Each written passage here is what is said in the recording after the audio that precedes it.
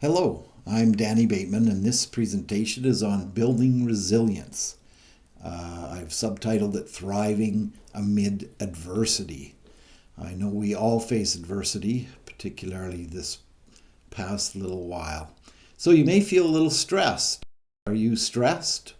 Well, I have a little stress test for you. I'm going to show you a picture of two dolphins. And if you see any differences, then you're feeling stressed. But if there are no differences between these two dolphins, you are totally relaxed and dealing with the stress in your life very well. And here we have it. Hope I didn't create more stress with this slide. Here's a question for you. Is stress good or bad? Well, I actually know what you just said. You said it's both. So if it's both, what is good about stress? Well, I asked my students this. Here's what they said. All right, today I brought with me my mini-me. You know mini-me? You want to see my mini-me? My mini-me is Batman. I'm Batman. So this is my mini-me. So we're going to throw my mini-me around the classroom. Whoever catches Batman, mini Batman, gets to tell me what's good about stress. Those who avoid Batman, like whoever Batman lands closest to. All right? So, don't be, yep, it's yours, Taylor. Grab it. Give me one good thing about stress. Pushes you to work harder. Excellent. Love it. Go ahead, throw a mini-me.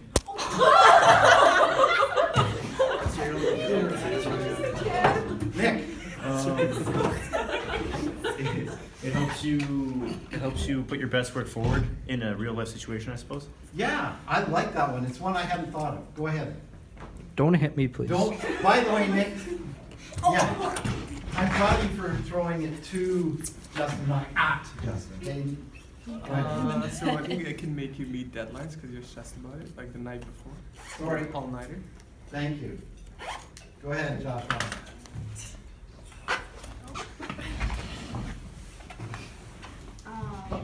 It kind of promotes like a fight or flight. Like you're either gonna do it or you're not. So what's good about fight or flight? What's good about fight or flight? It like encourages you to like get going. Yeah. Yeah. Like you got to do something, right? Okay. Brittany. I don't know, it just helps you, like, I guess, I don't know, with school and stuff, to do work and motivate you. Someone else already said that. Yeah. Good. One more throw. Oh, I think Greg and then Justine. I find stress is a good motivator. Like deadlines and the like really push you to actually go complete the material. Yeah. Yeah. Thank you.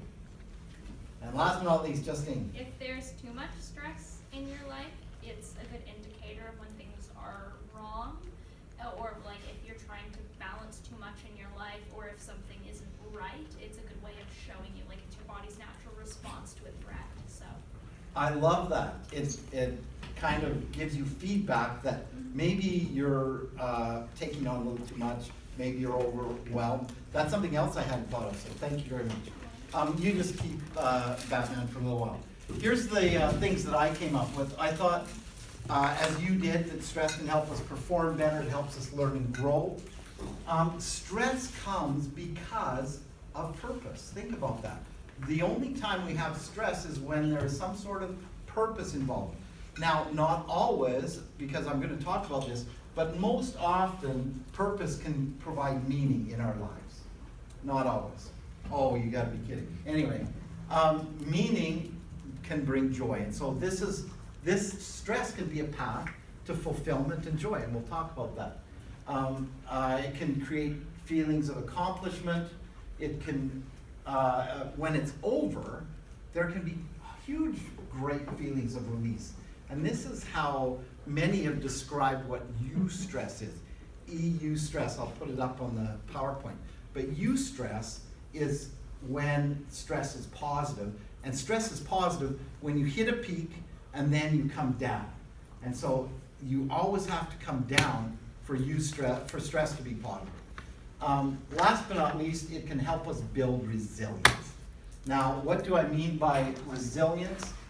I mean that it's the ability to thrive under stress and adversity. So here's the slide that I was showing my students. You can pause or take a screenshot if you want to focus on some of the good that comes from stress. We have a glass here. I talked about eustress, when it's positive. When is it? How do you know when it goes too far and becomes distress?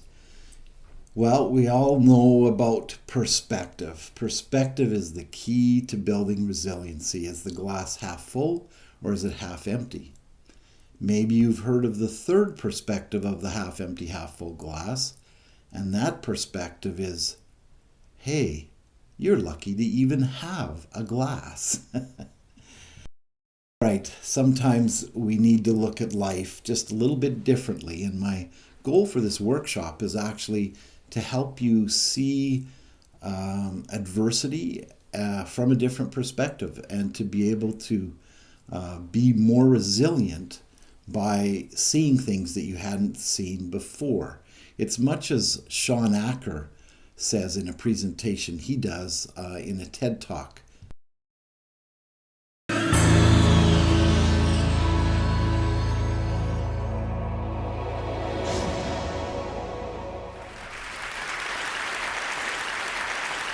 When I was 7 years old and my sister was just 5 years old, we were playing on top of a bunk bed. I was 2 years older than my sister at the time. I mean, I'm 2 years older than her now, but at the time that meant she had to do everything that I wanted to do, and I wanted to play war. So we were up on top of our bunk beds, and on one side of the bunk bed I had put out all my G.I. Joe soldiers and weaponry, and on the other side were all my sister's Milos and ponies and ready for a cavalry charge. There are differing accounts of what actually happened that afternoon, but since my sister is not here with us today, let me tell you the true story. Which is my sister is a little bit on the clumsy side, and somehow, without any help or push from her older brother at all, suddenly Amy disappeared off of the top of the bunk bed and landed with us crash on the floor. And I nervously peered over the side of the bed to see what had befallen my fallen sister, and saw that she had landed painfully on her hands and knees on all fours on the ground. I was nervous because my parents had charged me with making sure that my sister and I played as safely and as quietly as possible. And seeing as how I had accidentally broken Amy's arm just 1 week before,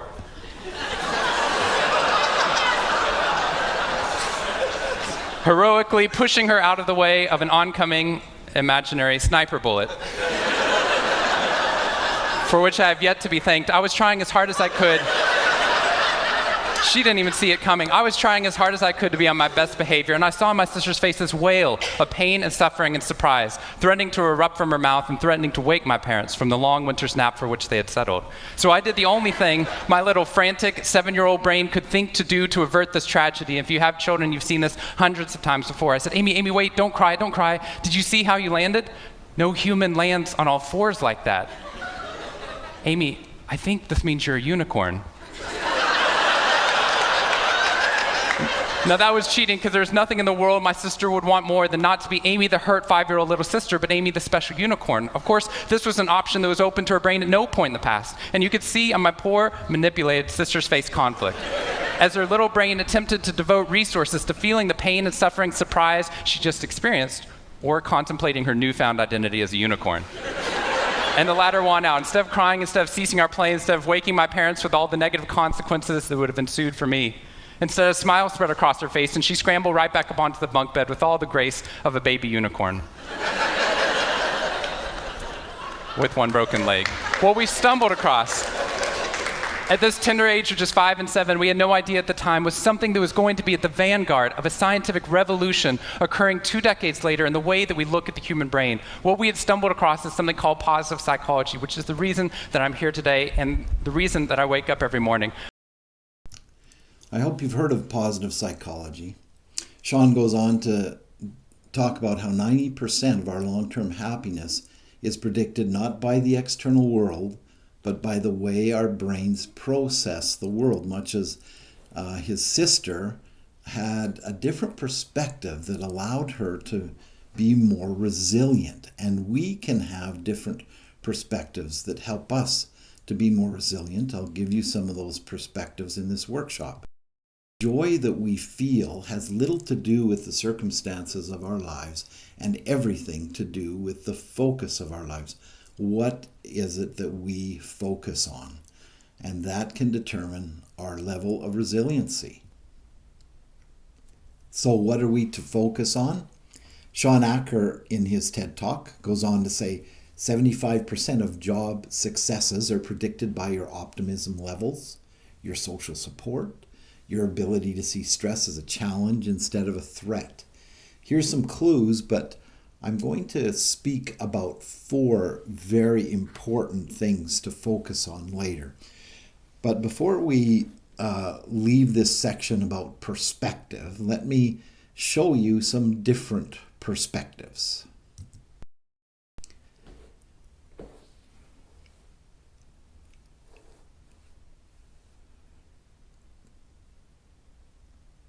You may have seen this before, and I don't know if I've given you enough time. Press pause if I haven't. We are talking about building resilience. So what is it? As many of you know, it is the power to be able to recover readily from adversity or challenge. However, I really like this definition, the ability to thrive under stress and adversity. Sheryl Sandberg is the CEO of Facebook. She lost her husband and wrote a book called Plan B.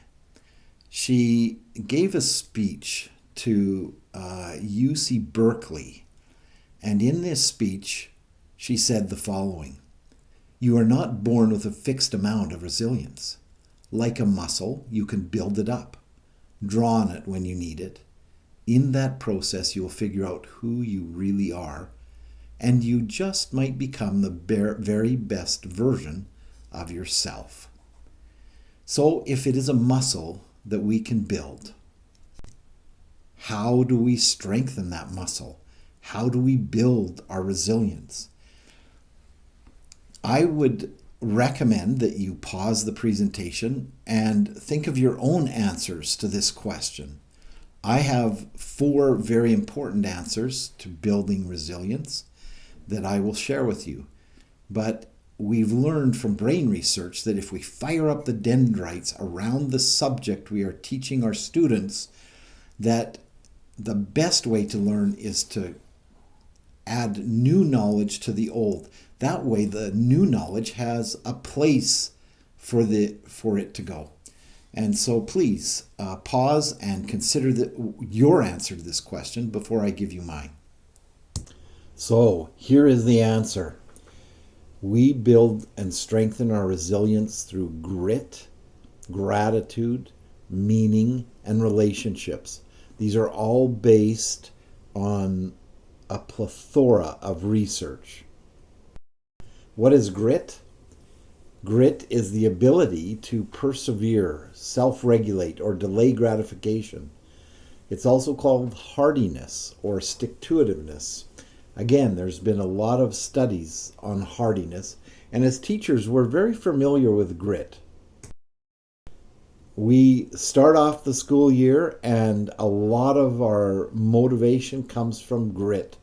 Soon it will be Christmas break, soon it will be spring break, soon it will be summer, and we just endure with grit and perseverance. It's very much like learning to ride a unicycle. This is not me, but it could be me because I worked hard when I was 17 to try to learn to ride a unicycle, and I fell and fell and fell and fell. And what is resilience? It's persevering. It's getting back up. So here's another little video of me riding a unicycle. It's no problem. I really. Oh, there you go. All right. As you can see, I'm not as good as I used to be when I was 17, but that same class I rode the unicycle to show a little bit more about what resilience is, to use it as an object lesson for resilience. Resilience is knowing that you are the only one that has the power and the responsibility to pick yourself up. Keep that stiff upper lip. Suck it up, buttercup. Well, those are all kind of trite sayings, but they are all about grit. And we know that whatever we're enduring to pass, it will come to pass. It might pass like a kidney stone, but it will pass. So I said I was going to share some of my journey. I was burned severely a few years back, and it was the most pain I've ever experienced.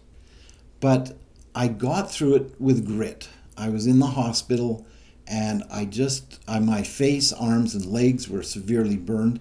No third-degree burns, but that was they could have been third degree, except that I got into a very cold bath immediately after being burned, and the doctors say that it moved my burns to mostly second-degree burns.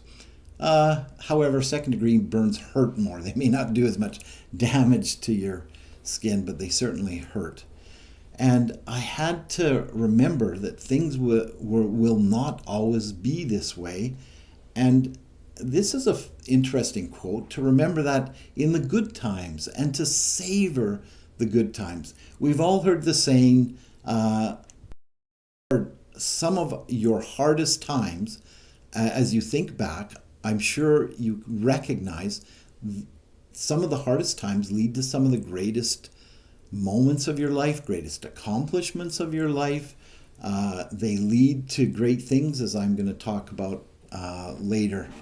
And if we just keep going in these tough situations, we build grit, we build strength, and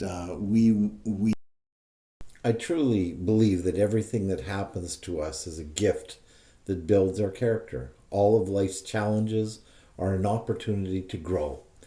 As we endure life's challenges, we become stronger.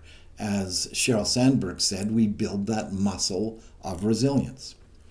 Well, gratitude is so important to resilience. It brings perspective. By the way, I know that there's a little bit of a break between slides, and if I'm talking through the break, I apologize. I think I just did that. Gratitude is one of the strongest, most transformative states of being. It shifts your perspective from lack of abundance, and it allows you to focus on the good in your life, which in turn pulls more goodness into your reality. I have a wonderful video.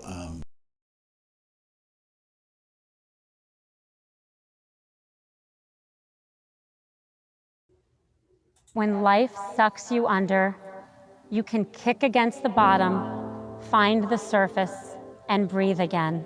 1 year and 13 days ago, I lost my husband, Dave. His death was sudden and unexpected. For many months afterwards, and at many times since, I was swallowed in the deep fog of grief, what I think of as the void, an emptiness that fills your heart and your lungs, constricts your ability to think or even to breathe. For so long, it felt like the overwhelming grief would never leave. I learned about the depths of sadness and the brutality of loss. But I also learned lessons about hope, about strength, and about the light within us that will not be extinguished. I learned that in the face of the void, or in the face of any challenge, you can choose joy and meaning. There's loss of opportunity, the job that doesn't work out, the illness or crime which changes everything in an instant. There's loss of dignity, the sharp sting of prejudice when it happens. There's loss of love, the broken relationships that can't be repaired. And sometimes there's loss of life itself. The easy days ahead of you will be easy. It is the hard days, the days that challenge you to your very core, that will determine who you are. The seeds of resilience are planted in the way we process the negative events. of our lives. We should accept our feelings, but know that they won't last forever. I stand here today, a year after the very worst day of my life, the worst day I can imagine. And two things are true. I have a huge reservoir of sadness. It is with me always. It is right here where I can touch it. I never knew I could cry so often or so much. But for the first time, I'm grateful for each breath in and out. I'm grateful for the gift of life itself. Now I celebrate always. I used to go to bed every night worrying about all the things I did wrong that day. Now I go to bed trying to focus on that day's moments of joy.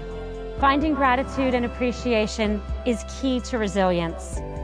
People who take the time to list the things they're grateful for are healthier and happier.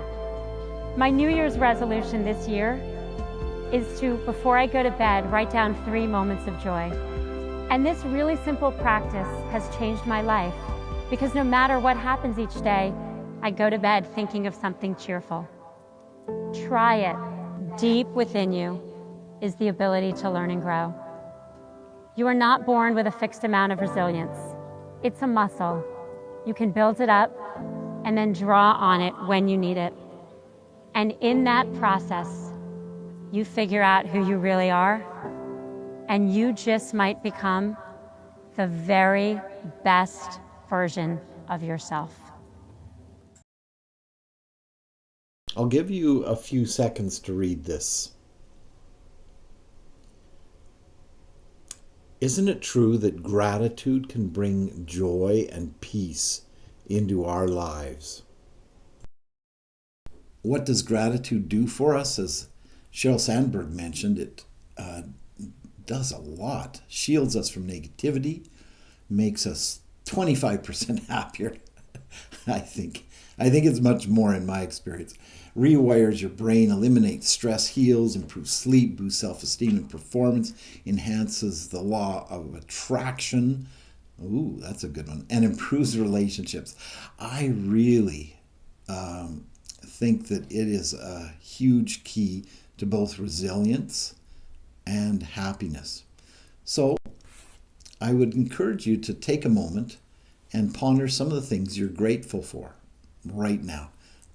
Put the presentation on pause and just consider some of the things that you're grateful for, and see if afterwards you don't feel a little happier and maybe even a little more resilient.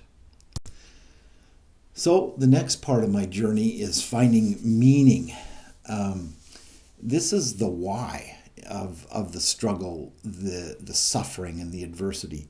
And sometimes it can be very, very difficult to find meaning. But if we can find some sort of meaning, it will really help us. And most often, the meaning comes afterwards. The why we struggled through that adversity comes later. So let me tell you a time when I was struggling with some pretty severe adversity. I was teaching probably for about 5 years when the assistant principal asked me if I would teach a special needs class. And I said to the assistant principal, well, that's what we called it back then, an inclusive class, but it wasn't an inclusive class because it was a congregated class of all students that had learning needs. And I said to the assistant principal, well, I just got my master's in counseling. I really don't know anything about students with disabilities. And the assistant principal dangled that carrot. Well, maybe if you take this class, we can, get you into counseling. And so that perked my interest. And then she told me a couple of other things I thought were pretty great. She said, there'll only be 15 students. And I'm like, wow, I'm used to 30 in all my classes. And there are no behavior problems. They're all students with learning disability or a cognitive disability. Well, I'm like, well, no behavior? That's fantastic. And I accepted it. And that was in June. I came back in September and looked at this class, and I was to teach them math and science and a course called Personal Living Skills, Perspectives for Living, it was called. And then Calm came along after that, believe it or not. Well, no, Calm was still there, but we were offering both at the time.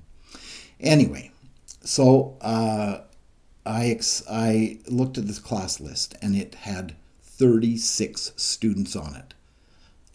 I was flabbergasted. I went running to the assistant principal, and she said, "Oh, I'm sorry, I forgot to tell you. The behavior teacher had a nervous breakdown, and she won't be returning this fall. And you know, all these cutbacks with the government, we just had to combine both of those classes. And so you will have those with learning and cognitive disabilities, as well as some of the behavior problems." Well, that was a class from HE double hockey. Teaching these students was so difficult. I had taught for 5 years, and I was just beginning to feel like I knew how to teach and what was going on.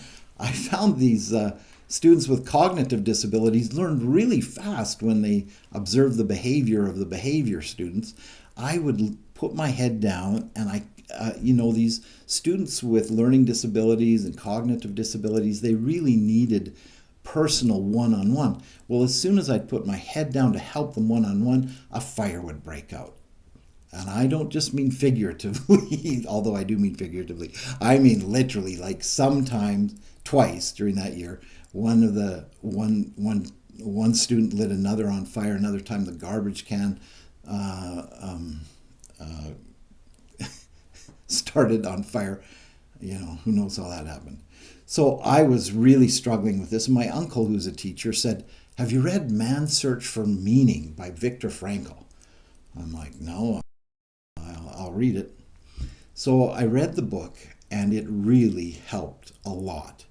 What it did is it gave me a perspective. Remember, we talked at the beginning of this presentation about perspective. Here's a man who, as a Jew, was forced to stay in a concentration camp with very little food, very little room to sleep, as you can see, and suffered so much. And yet, he decided that he was not going to give in to the cruelty of his captors. He later went on in this book to write everything. Everything can be taken from a man but one thing, the last of the human freedoms, to choose one's attitude in any given set of circumstances, to choose one's own way. My, oh my, I would have chaos going all around me in the classroom, and I'd kind of, after reading this book, I'd think to myself, all right, no matter what happens in my environment, I can be at peace on the inside. Anyway, I know it was a struggle, but it did help. And what helped even more is following how Viktor Frankl really got through. I mean, he learned that there's this space in between a stimulus and a reaction, and the space in between the stimulus and the reaction allows us time to choose how we are going to react. And that's what he did. He chose how he was going to react. But what really helped him was determining meaning. Suffering ceases to be suffering at the moment it finds meaning. He said, those who have a why to live can bear almost any how. Well, he was writing a book on something called logotherapy, and it was destroyed in front of his eyes, burned, I think. So what did he do? He started writing the book on in his head, or on little scraps of toilet paper, whatever paper he could find. And that gave him a purpose while in the concentration camp. He also found purpose in living for being reunited with his wife. At the time, he didn't know his wife had been killed, but it still gave him purpose. So in my situation, I looked for purpose. I thought, well, if I'm going to cope, I need to know more about these students and how to help them in their struggles. And wow, I started reading, going to workshops, doing professional development, and focusing on learning about these students every moment I could. That provided me with some real purpose and meaning to try to find some peace and some purpose in the situation that I was struggling with. To live is to suffer, but to survive is to find meaning in the suffering. So I'd like you to consider what might be a purpose in your suffering. What is meaningful in your life? Take a minute, pause the presentation, and think or write about this.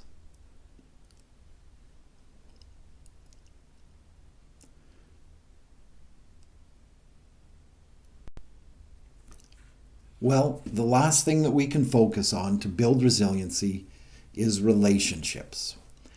I know this may seem obvious to many of you, but let me help you see how it is that relationships play a key role in building resiliency. Think of the times that you have struggled and how you relied on relationships to get through. When I was struggling with that class, the students with disabilities, I went to my father, and he was a wonderful support.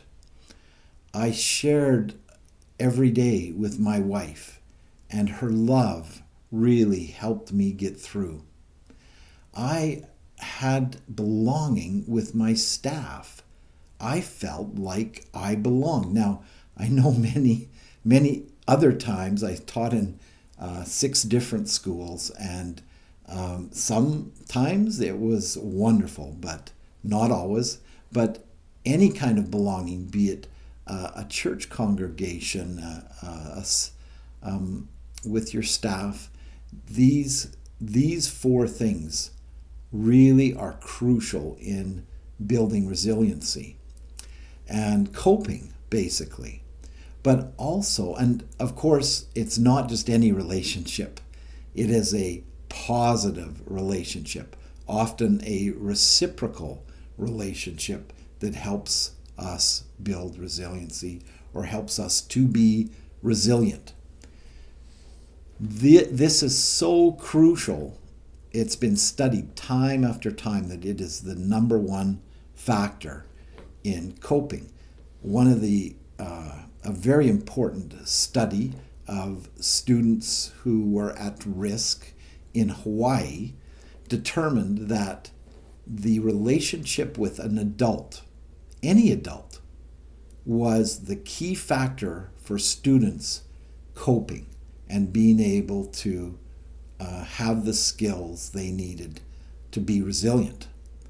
And so your role as a teacher is very significant in supporting in giving the students the support they require, and not just in a relationship, but as a teacher, teaching them how to be resilient, using the relationship to teach them some of the things that we've talked about and some of the things that we are going to talk about.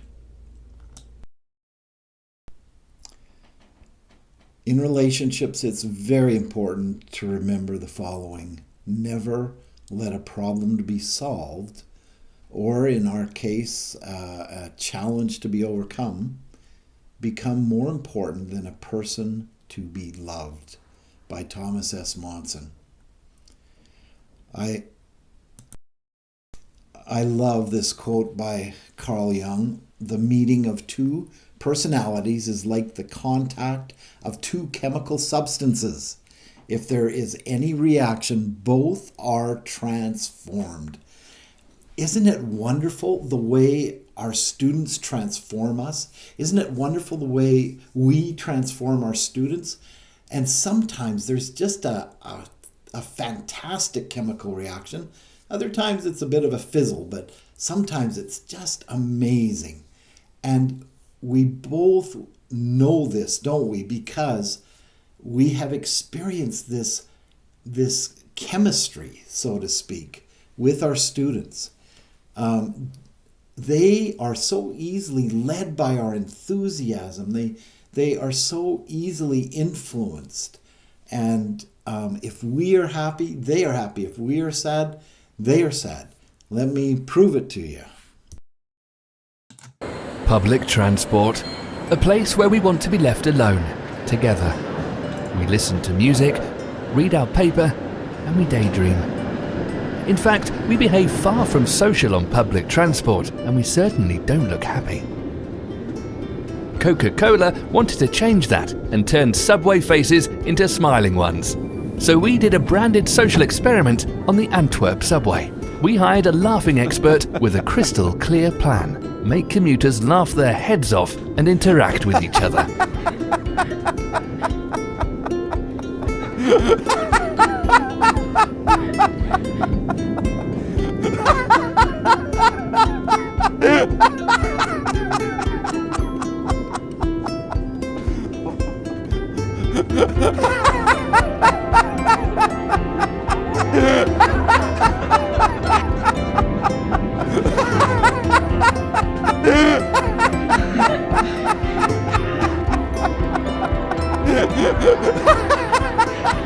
After the laughing session, a Coca-Cola promo team distributed samples and leaflets with a brief explanation about the link between laughing and happiness. The claim? Happiness starts with a smile. So what are you waiting for? Isn't it wonderful how both positivity and negativity, I guess that's not so wonderful, but how they both are contagious? That we've all met people that influence us in both ways. And you are an influencer. In these days of all this talk about being influencers, teachers are the greatest influencers of them all. The things that you teach and the relationships you build last a lifetime. I still remember the relationship I had with Mr. Effler in grade 5. Man, I could learn from him. He just got me. I was a struggling learner. I had ADHD. It wasn't diagnosed because that was too long ago, but I just loved him and worked for him really hard. He made it interesting. He made it fun, and I learned so much. Bless each of you for being that person. Maybe not in all students' lives, but in some students' lives. And we all know that we have bad days, and our resilience has taught us that the next day can be totally opposite, or the next year can be totally opposite. All right, you're looking at a slide that is my favorite resource for helping students to build resiliency.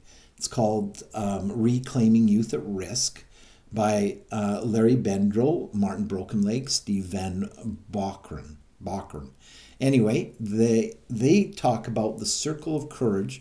They worked with students in a prison, and they had to help them be resilient and to be stronger human beings, and they did it through the 4 tenets of the circle of courage. They tried to create a sense of belonging, which we can all do in our classrooms. They tried to help each student develop something they could master. They helped the students develop more independence, and they gave the students opportunities to look outside of themselves and to be generous and to learn generosity. If you're not familiar with these 4 things, I highly recommend researching it and bringing it into your classroom. If you want your students to build resiliency, giving them independence through opportunities to choose how they present their work, or to take responsibility for themselves and their own self-reliance. Also, helping create a feeling of belonging in your classroom, a feeling where they can feel connected and valued. One of the greatest strategies that I used in creating belonging is simply to have a little, what I call check-in, but I would pass a stuffed animal, or a stuffy, my grandchildren call it, or a stress ball around the classroom, and whoever was holding it had to answer a question. Often it would just be, what's a highlight from your weekend? But it could be any open-ended question that everyone could answer. Well, here's what happens. As they first do it, they're a little reluctant, and I give them opportunity to pass, and so many will just say pass and not say anything at all. But as I did it consistently week after week, suddenly I found that they began to feel more comfortable. They began to build trust and unity and a feeling of belonging, and then sharing more, which created a greater feeling of belonging. And so what a marvelous experience that can be. I highly recommend it. It helps you to get to know your students and understand your students in their private lives. Some of you may already do this, but it's an excellent thing to do. Generosity, helping them do something kind for somebody else, and then helping them develop competence where they are at.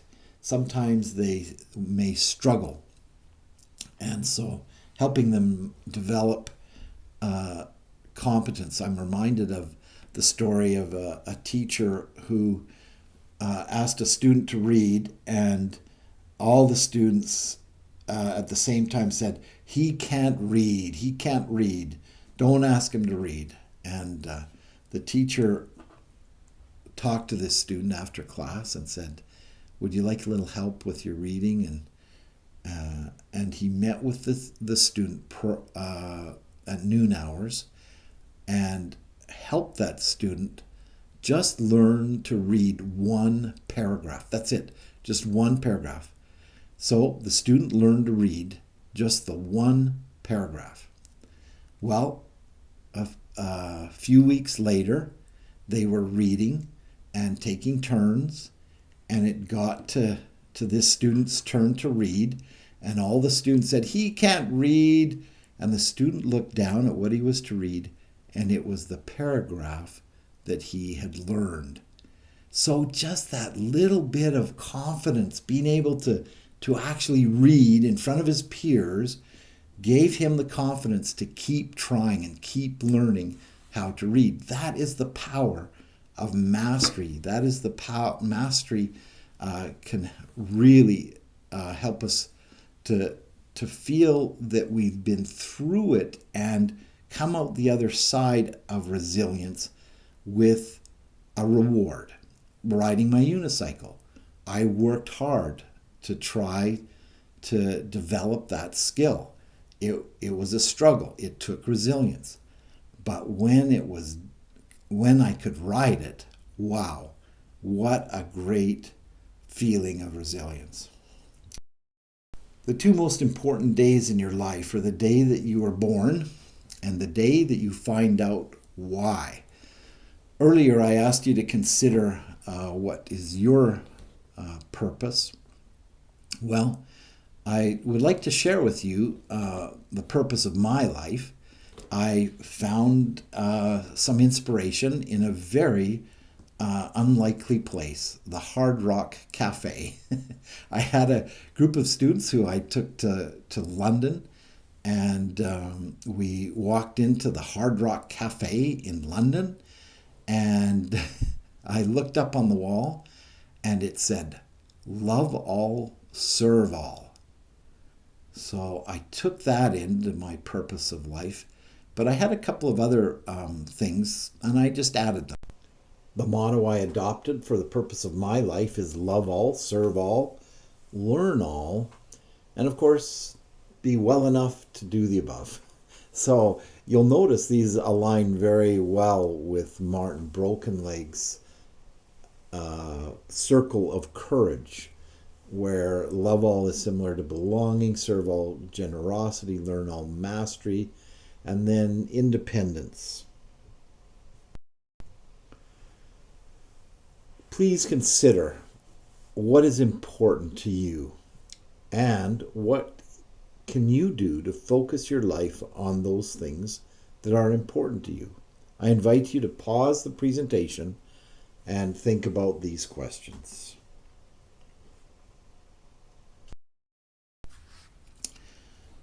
And if the meaning of life is to find our gift and the purpose of life is to give it away, I know that all of you do that as teachers, that you are constantly helping others. I taught for 30 years and then I retired, and since I've been teaching at Concordia University of Edmonton and teaching teachers how to teach, and I have found my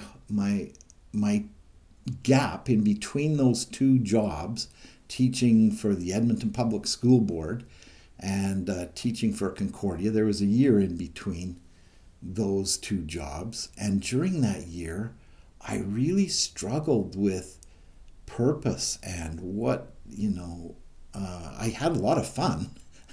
Don't get me wrong. I actually went on 5 major travel trips that year. I went on a 3-week cruise to Hawaii. I went to Jamaica. I went to California. Some wonderful travel that I just loved for that year. And it was fun. It was great. But after each trip, it would feel empty. And I decided I needed to start doing something. So I started volunteering at my old school. I went to my principal and I said, I would like to teach that class that I taught on Monday afternoons.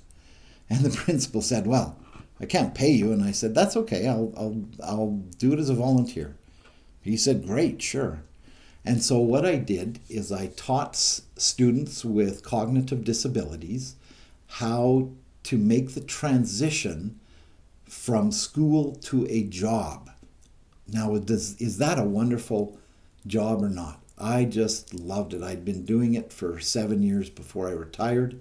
And so you can see that struggle of working with students with disabilities really helped me in my career. I'm able to look back on my journey from surviving to thriving, and I realized that the times I was struggling so hard to survive really brought me to a point where I could thrive. That those years of struggling with teaching students with disabilities turned into the purpose of my career. I went on to be a consultant for students, to help teachers with students that had emotional and behavioral struggles. And what a wonderful job that was.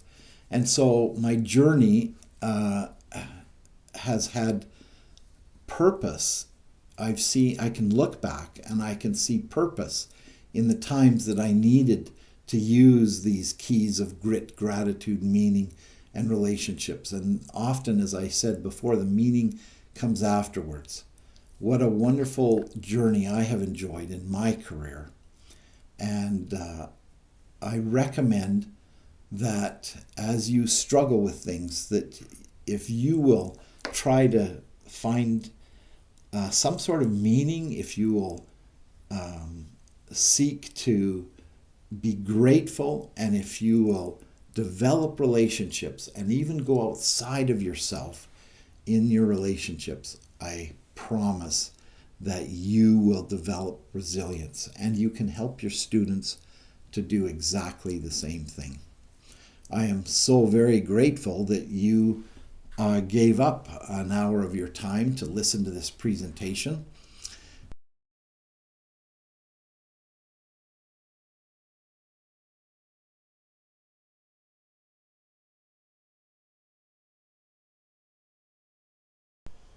That is the end of this presentation. Thank you so much for your time and for your attention. Hopefully it was worth your while.